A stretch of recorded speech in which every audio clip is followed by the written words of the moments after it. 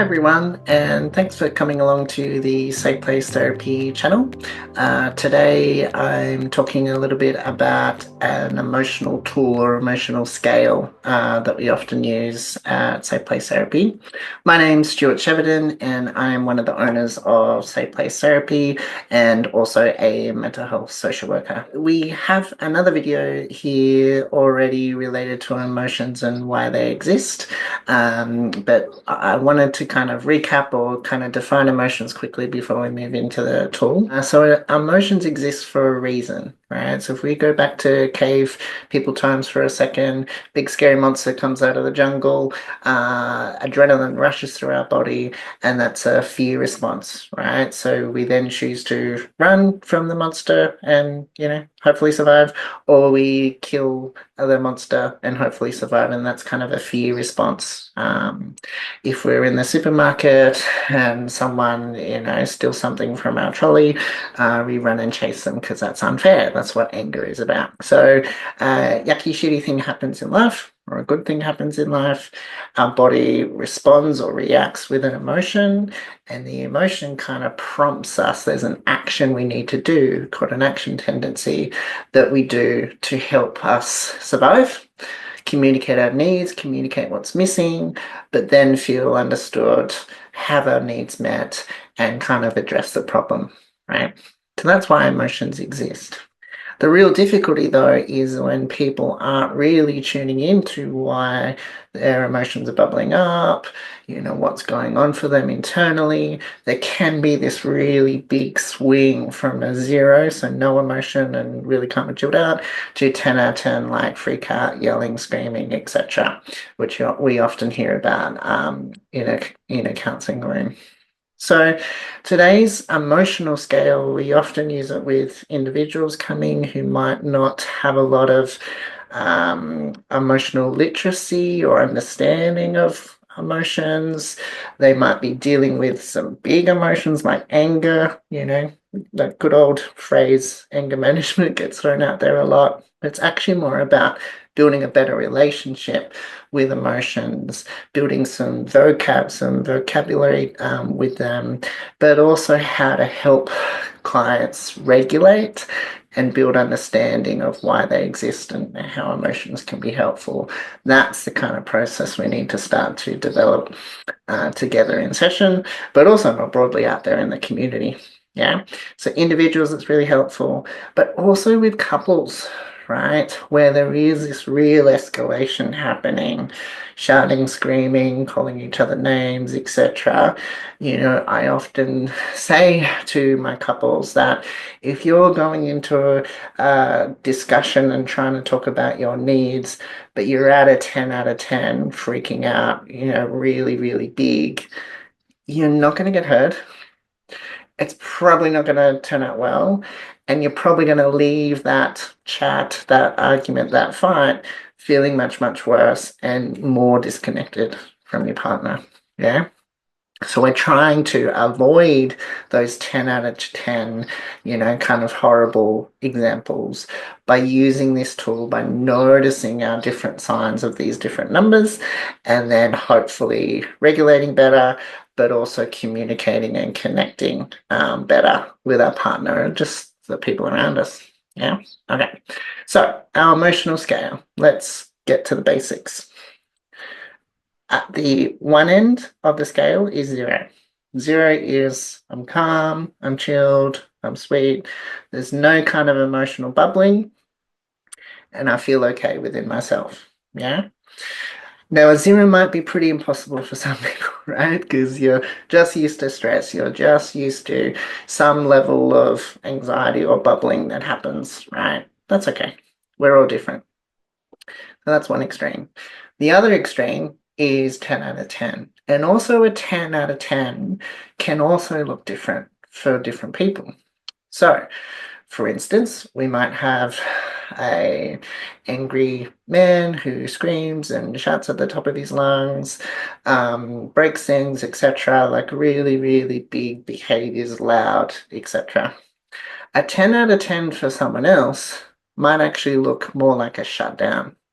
Might be more like someone putting a wall up, right? And really distancing themselves, walking away from the argument.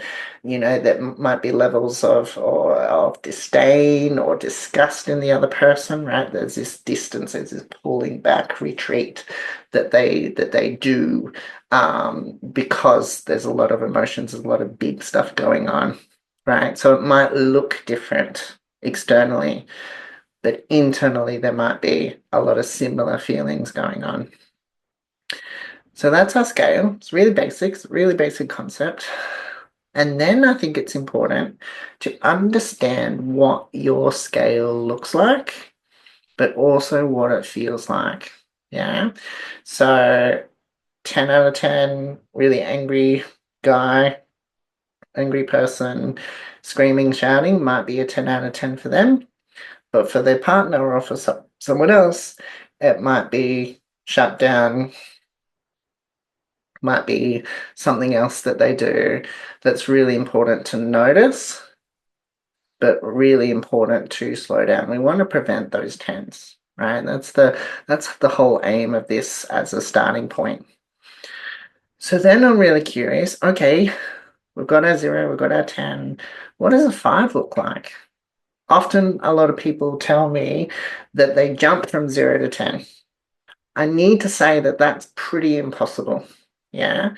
Either we're not clued in or we're not kind of really noticing the stress of work, or something else is bubbling up at that 5 level before the argument with the partner, right? Or before, they said something mean and you lost it, right? So there's usually a lower number, kind of a point of which we can regulate and slow down to prevent that 10 out of 10.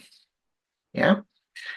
And then, yeah, what are those body signs of a 5 or a 6 or a 4 or etc.? So for some people, it might be a racing heartbeat. It might be all of our muscles are kind of tensing up. It might be that even your language and how you talk changes. So you could be just doing one answer response, one word answers, right? Yes, no, forget about it, huff and puff, or it could be you talk more, right? That your speech is really fast and there's a real edginess and there's anxiety building up. All of this can look differently and is individual for everyone. So that's why the scale is important, to tune in with your experience of this scale. And also, this scale can be for different emotions. So there's the angry 0 to 10. There could be anxiety, an anxiety scale. There also could be a sadness or fear scale that happens for different people. Yeah. And what we need to really understand is what happens within ourselves as we engage with the world and, get through our day.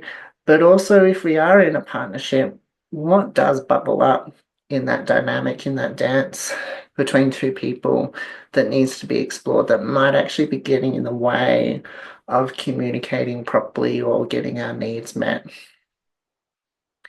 So that's a good step one, right? What is going on for me? What are the signs that my body, that my brain is giving me when that number is getting up? But also really curious about what helps that number go down, right? Again, 0 might be impossible, but what helps you get from a 7 to a 6 to a 5? It might be really impossible to jump way down, but do you need some physical space? Do you need to go for a walk? Do you need to, have a kind of de-stress time after work, jump in the shower, etc., listen to some music, have some downtime to get that number down after each working day, you know? So when I talk about this scale, it's not just in the rough and tumble of a fight. It's your daily experience. What's your number generally like at work? What helps you stress less or slow down when you've got a big project on? I really need to stress this next point, and this point is You are responsible for your number. You need to learn the signs, the body reactions that are going on internally, and you need to put in place what gets that number down. Yeah. Now, let's be really realistic. Obviously, that number is going to jump up here and there when you're having a difficult conversation. That doesn't mean we just, chop out all hard conversations because it stresses me out. See you later. No, sorry, you're a human having an adult relationship with someone else, or, you're just being a human engaging in the world. There is some level of distress when we're being vulnerable, when we're expressing ourselves. When we're engaging, though, if our number does rise up to, a 6 or a 7, etc., it's actually okay to press pause. It's actually okay to just, okay, press pause. Let's clarify what we're fighting about. Let's kind of tune in with where we're at, but also creating some trust between the two parties, or people around us personally, to go, hey, what's your number right now? I'm noticing you're getting a bit louder. I notice, that you're being a bit short with me. What's your number? What do you need? Because if both parties can come out of discussion, or there can be some attunement, right, around what's going on, and we slow that down, we're going to have a better chance of communicating well, being heard better and understood, getting on the same page, but also feel more connected. Yeah, that's the aim of the game, with noticing our emotions, wanting to connect with ourselves, but also the rest of the world is because if something is bubbling, we need to address it, we need to understand it, and go from there. When you understand those signs, put some things in place to lower that number, right? And that's your responsibility to do. Then you're engaging with other people, but settling yourself at the same time. Like there's kind of like this dual process happening. You're settling yourself, you're tuning in with what you need and slowing that down, but also communicating, stepping up, engaging with life, engaging with your partner, and trying to do both. So then it's kind of an open table here about testing different things out to slow that number down, seeing what works, and things might work at different times, right? If there's particularly a high stressful thing at work, it might be really hard for you to go do a task that you like, or do some gaming, etc., because you're too stimulated. So you actually need a quiet spot where you're reading, or you're just having a cup of tea, etc., in a dark room, right? To really, taking the time to understand, notice, and try something that works. So this is our emotional scale. It's really helpful for lots of different people for so many different reasons. And it's the starting block, kind of step one of tuning in, noticing what's going on, but also having a plan and having some resources, tools that we use to slow that down and engage in a better way. So over to you. There's a bit of homework in this, right? Learning your numbers, learning what they look like, what they feel like, testing out some different things to help slow that down, communicating your needs and communicating what's helpful. And then hopefully as you do that work, you're noticing you're naturally calmer. You're doing some proactive measures and some reactive measures to keep that regulation happening, to help things slow down, to help things move along in a better way. So if you've never done this before, it might actually be really helpful to book in a counselling session to talk this through. If you'd like some more information about us, Safe Place Therapy, we have our website in the description box for you to click on and look through. I'd also encourage you to watch the other videos related to emotions, related to communication, and get the help that you need specifically.